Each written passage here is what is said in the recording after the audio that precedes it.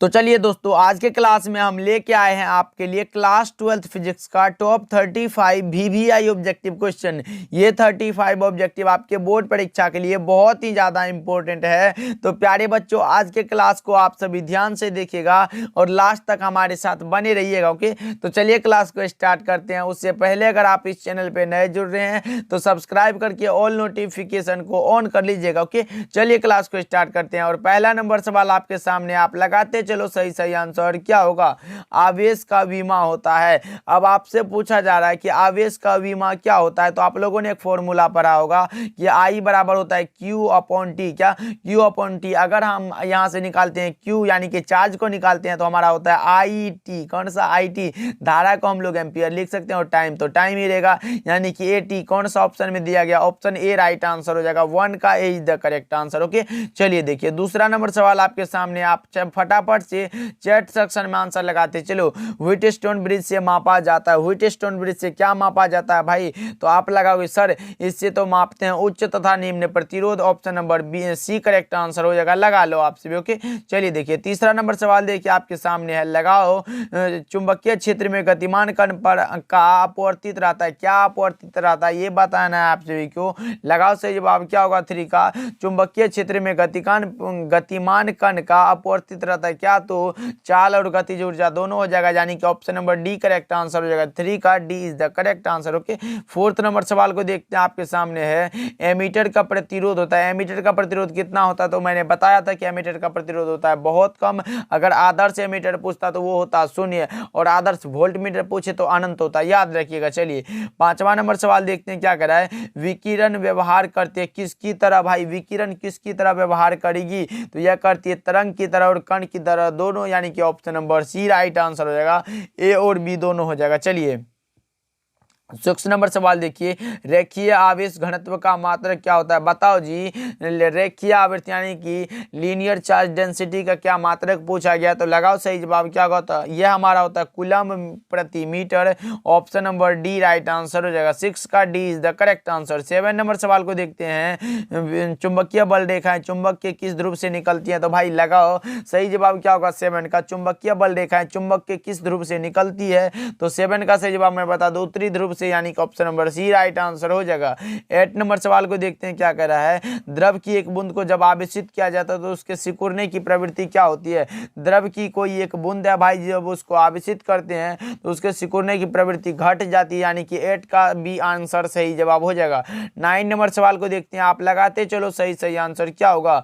हवा में epsilon R का मान होता है। अब लगाओ सही जवाब क्या होगा? हवा में जो एप्सिलॉन आर का मान होता है वो कितना होता है? तो 9 का सही जवाब हो जाएगा ऑप्शन नंबर सी 1 होता है, याद रखिएगा। आज थोड़ा धीरे धीरे पढ़ा रहे हैं इसीलिए, क्योंकि भाई आज थोड़ा तबीयत डाउन है, इसीलिए फिर भी आपको क्लास देना है, इसीलिए मैंने सोचा क्लास दे देते हैं धीरे धीरे पढ़ा। क्योंकि चलिए देखिए 10 नंबर सवाल देखिए आपके सामने क्या कह रहा है। क्षेत्र में, यानी कि यहाँ विद्युत क्षेत्र होगा भाई। विद्युत क्षेत्र में एक आवेशित कण पर लगने वाला बल का मान क्या होता है? तो यह होता है Q इंटू ई, यानी कि ऑप्शन नंबर ए राइट आंसर हो जाएगा। 11 नंबर सवाल की ओर बढ़ते हैं आपके सामने है। पृथ्वी की ध्रुव पर नमन कोण का मान होता है। पृथ्वी की ध्रुव पर नमन कोण का मान जो होता है वो कितना होता है? तो आपको पता होना चाहिए कि पृथ्वी की ध्रुव पर नमन कोण का मान होता है 90 degree. Option B right answer हो जाएगा। चलिए 12 नंबर सवाल को देखते हैं क्या कर रहा है। निम्नलिखित में कौन विद्युत चुंबकीय तरंग नहीं है? तो भाई ये कौन सा? साउंड वेव नहीं है। Option number C right answer हो जाएगा। ध्वनि तरंग ये कभी विद्युत चुंबकीय तरंग नहीं हो सकती है। चलिए 13 नंबर सवाल देखिए आपके सामने है। प्रकाशीय तंतु के लिए सामान्यतः क्रांतिक कोण का मान कितना होता है? प्रकाशीय तंतु के लिए सामान्यतः क्रांतिक कोण का जो मान होता है वो होता है कौन सा भाई? 77 degree. Option number D right answer हो जाएगा। 14 नंबर सवाल को देखते हैं क्या कर रहा है। डिजिटल संकेत में संभव है क्या भाई? डिजिटल संकेत में 0 और 1 संभव है, यानी कि ऑप्शन ए राइट आंसर हो जाएगा, याद रखिएगा। चलिए 15 नंबर सवाल को देखते हैं। क्षीणता को मापने के लिए निम्नलिखित में कौन सा मात्रक सही है? क्षीणता को मापने के लिए डेसिबल, यानी कि ऑप्शन नंबर ए राइट आंसर हो जाएगा। 16 नंबर सवाल देखिए आपके सामने। दाता अपद्रव्य परमाणु की संयोजकता संयोजकता होती है, कितनी होती है भाई?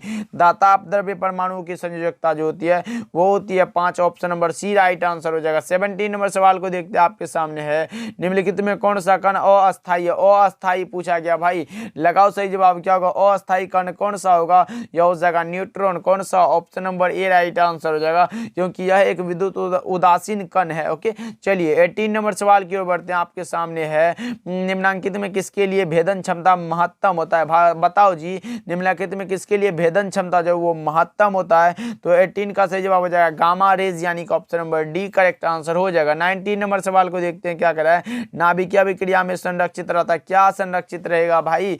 तो 19 का सही जवाब हो जाएगा कौन सा?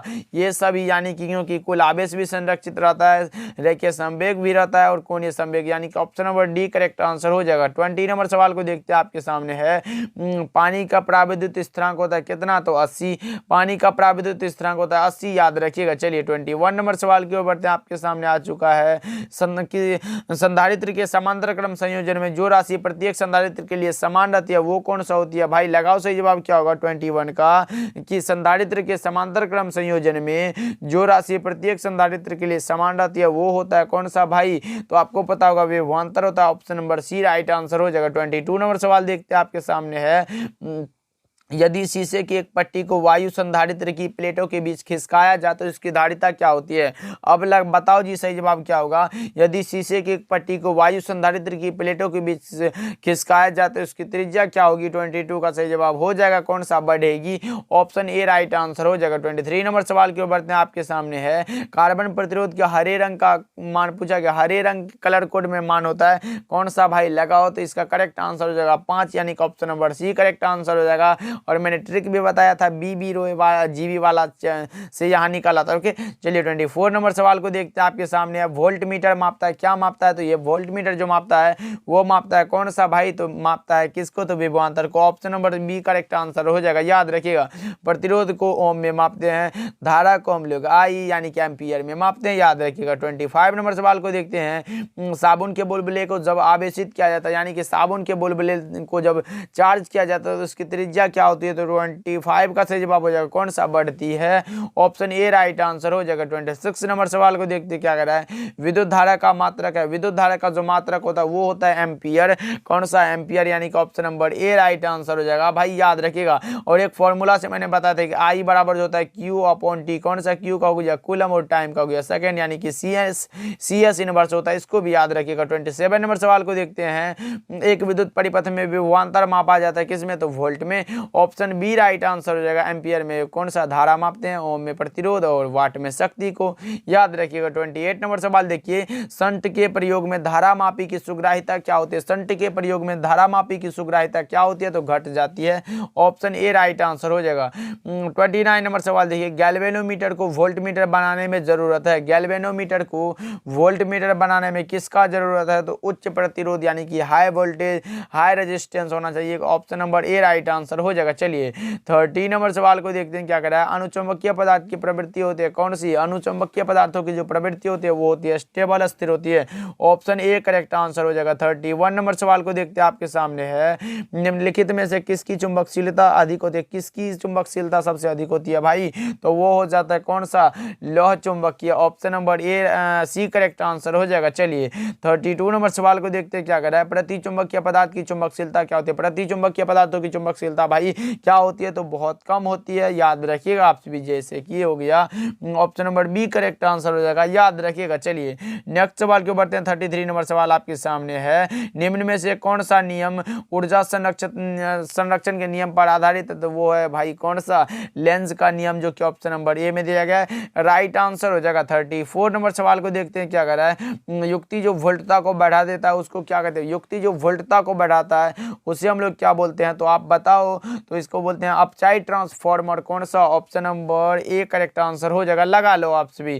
35 नंबर सवाल देखिए, विद्युत चुंबकीय तरंग है, कैसा तरंग होता है? तो यह होता है कौन सा? अनुप्रस्थ, यानी कि option number B right answer हो जाएगा। 35 का B is the correct answer, लगा लो आप सभी। अब आप कमेंट करके बताना कि इस 35 ऑब्जेक्टिव में आपको पहले से कितना पता था। मिलते हैं अगले क्लास में।